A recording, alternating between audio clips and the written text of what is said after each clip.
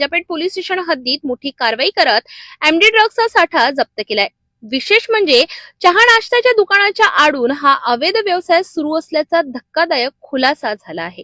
सविस्तर माहितीनुसार मंगळवार 17 मार्च 2026 रोजी सायंकाळच्या सुमारास अमरावती शहर गुन्हे शाखेच्या पथकाने गुप्त माहितीच्या आधारे कारवाई केली।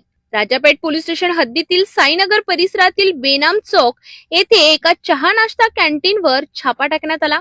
या कारवाई दरम्यान आरोपी महेश राजू खोडे वय वर्ष 26 राहणार समर्थवाडी साईनगर याला ताब्यात घेण्यात आले। त्याच्या ताब्यातून तब्बल 23.530 ग्रॅम एमडी ड्रग्ज जप्त करण्यात आले असून या मालाची अंदाजे किंमत 3,52,750 रुपये इतकी असल्याचे सांगितले जात आहे। या प्रकरणातील सर्वात धक्कादायक बाब म्हणजे आरोपी चहा नाश्त्याच्या दुकानाच्या आडून एमडी ड्रग्सचा व्यवसाय करीत असल्याची माहिती समोर आली आहे। शहरात वाढत्या अंमली पदार्थांच्या तस्करीवर नियंत्रण ठेवण्यासाठी गुन्हे शाखा सतत कारवाई करत असून या कारवाईमुळे परिसरात खळबळ उडाली आहे। सध्या आरोपी विरोधात पुढील कायदेशीर कारवाई सुरू असून या प्रकरणात आणखी कोणी सहभागी आहे का याचा तपासही पोलिसांकडून केला जातोय।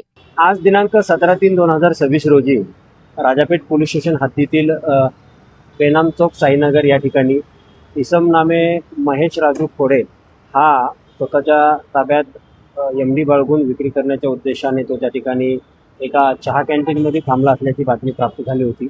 गुन्हे शाखेच्या पथकाने लागलीच 2 पंच राजपत्रित अधिकारी असे सर्वांना बोलावून या ठिकाणी रेड केली असता त्याच्या ताब्यातनं 23.530 ग्राम एमडी जप्त करण्यात आलेली आहे।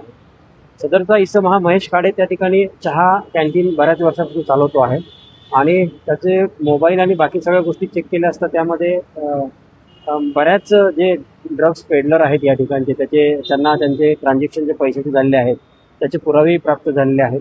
त्यामुळे निश्चित याच्यामध्ये आरोपी संख्या वाढणार आहे आणि पोलीस कसून या एमडी तस्करांचा तपास करत आहे। लवकरच शहरातून एमडी हद्दपार करण्याचा आमचा मानस आहे। निश्चितच हे सगळे जे छापे होत आहेत त्याच्यामध्ये काही आरोपी एकमेकाला लिंक आहेत आणि ते तपासाअंती त्याचा रोल काय आहे कितपत आहे हे त्यामध्ये दिसून येईल।